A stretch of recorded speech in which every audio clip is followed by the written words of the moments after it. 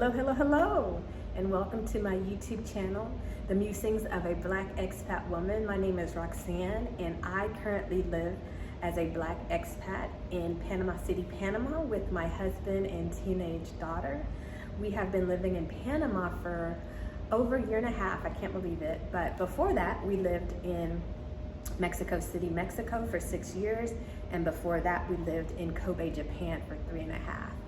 I have been doing this expat life for over 11 years, so I feel as though I have a lot to talk about regarding what it's like as a Black expat family, raising third culture kids.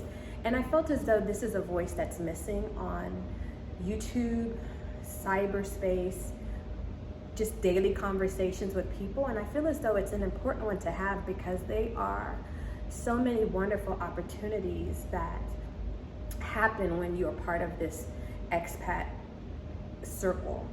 And I think a lot of us, in regards to Black executives, Black employees, we are missing out on the opportunities because we either don't know what it's like, and so we don't want to say yes because we don't know what to expect, or we just don't see ourselves. So as a result, it's like, oh, well, I don't know anyone. So I want to change all that, and I want you to know that here we will be having honest, real, fun conversations about what life has been like and currently is like, and what I expect it to be like for me and my family as Black expats. And so if you are interested in this conversation, you want to learn more, definitely please subscribe, hit the notification button. That way you'll know when I have a video out, and we can just continue this conversation. Also, if you have comments, you want to know something, you have an idea and you're wanting to, share it with me, definitely put it in the comments, or you can send me a private message, whatever works. I'm on YouTube, so you can hit me up here, you can hit me up on my Instagram, and we can just continue this conversation.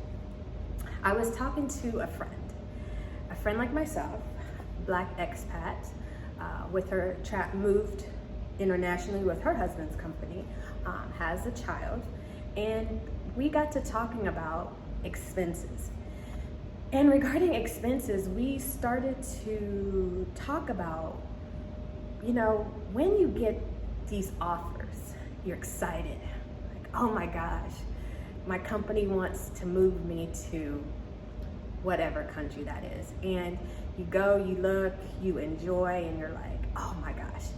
And then you get the corporate package, the salary, the housing allowance, all those things. You get that package and you start to think about, okay, now that I have stuff in writing, is this still an opportunity that I want to do? And a conversation that needs to be had, especially if you are a dual income family, is, can we afford this? Can we afford this? Can we afford this? And I say that because, okay, you're living the life in your current country, and both of you work. You're doing life, dual incomes, doing all of the stuff that you do with your dual income. And then all of a sudden you realize, okay, I might not be able to work in that new location. My husband got this job, or I have this job, but he works for a different company, or I work for a different company, and there's no possibility that there's going to be a transfer with my company as well, especially if I work for an international company. They have no opportunity, so can't do that. There's a possibility that I can work remotely, but that's iffy. So let's just say that's not an option either. And there's visa issues. I might not be able to get a work visa. And if I can't get a work visa, then what does that look like if I still want to work? So I say all that to say, you might not be able to work. Excuse me. And if you're not able to work, how does that impact the family expenses? And so that's what I want to talk about today. And so I think some questions that need to be asked when you get these opportunities and these corporate packages is to ask, is there a possibility that my spouse, my partner, can work as a local, can work with another company? What does that look like? If that's definitely not an option, let's say, okay. Then you and your partner talk about, what can I do if I can't work with another company? I can't work with my company. I can't work with your company. Like, what can I do? And if it's nothing's coming to mind immediately, say, okay, all right, so let's now pretend that we're only gonna be a one-income family. Can we afford it? Can we afford for me to not work? And for a lot of families, unless that corporate package is spot on, it is a difficult answer to say, yes, we can. And so something that's important to do is to look at your expenses when you are going to be going to the new location. Like, break down, okay, if the company is paying for schools, we don't have to worry about that. But if the company is not paying for the school, what can I afford? Can I afford to send my kid to a private school, an international school on this package and my salary? Or am I gonna have to do public schools? Housing. How much is my company paying for? Are they paying for anything? If not, we gotta downsize, or we have to live differently. Is that something that we wanna do? Travel. You know, one thing that people talk about in this expat space is, oh, I traveled here. Can you do that? On this one salary, are you gonna be able to travel the way that others do or the way that you want to? And if not, what does that look like? How does that impact your life? Another thing is, okay, you say, we gotta do this.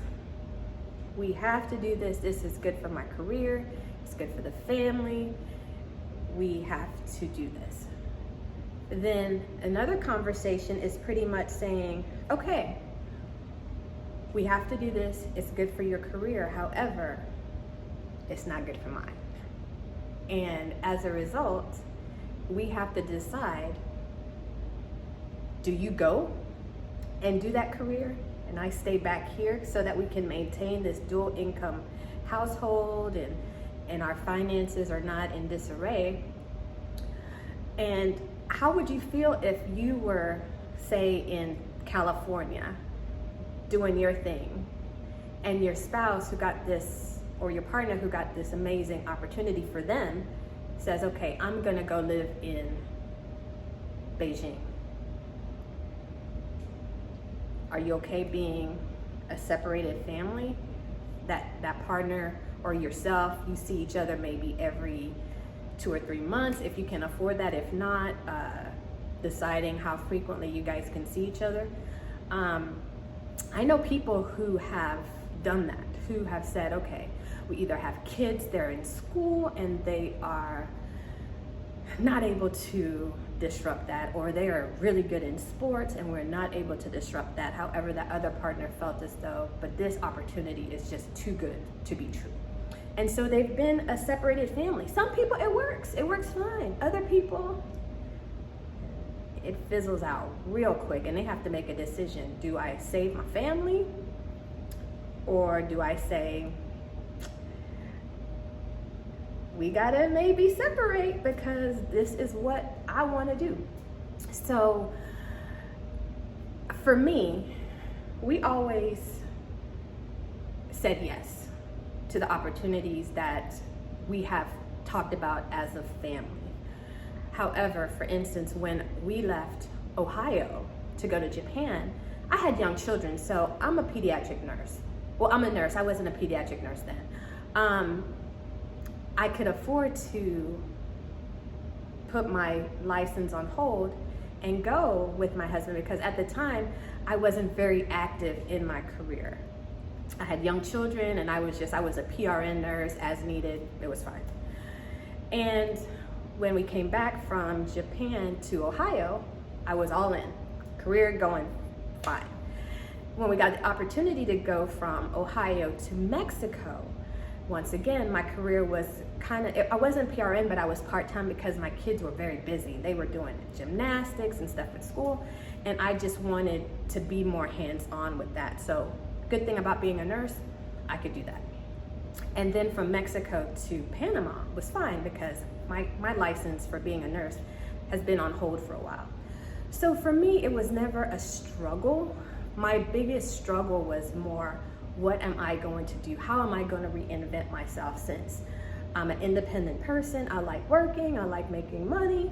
What am I going to do to fulfill me? And for me, that's been being a photographer. So I was able to find something else, but I know that's not always the case for everyone. So I say all that to say, really, really, really think about these packages. Think about what it looks like for your family. Think about the cost that it will have if you don't have the right type of package or the right type of teamwork, because it's a team effort. Everybody's got to be on board. And if anything doesn't feel right, talk about it. Maybe you can talk to your employer and say, hey, is there a possibility that we get different type of compensation so that this will help, since my partner is not going to be working. These are kind of conversations that you should have. And also keep it honest with your partner. If you are not on board with putting your career on hold, say it early, so that there's no, well, you said that you wanted to do this and now you don't. You don't want to start off like that. You don't want to start off like that. So, like I said, I'm here to offer up what this life looks like. And I am going to be talking about all the things, the good, the bad, the ugly, the messy, all of it. So if this is a conversation that you are curious about, if you are yourself a corporate expat, a Black corporate expat, and you have dealt with some of these things, you may be the one who traveled for your career and your spouse had to do something differently, comment. Let me know what you guys did to make it work. If it didn't work, share that also, because we got to keep it real. We don't want to act like it's all glamorous and then all of a sudden people are like, well, you said. Keep it real, keep it honest, and until next time, thank you so much. Please subscribe. I will love to hear what you have to say. I would love to hear what you have to say, and until next time, I am Roxanne, and this is my YouTube channel, The Musings of the Black Expat.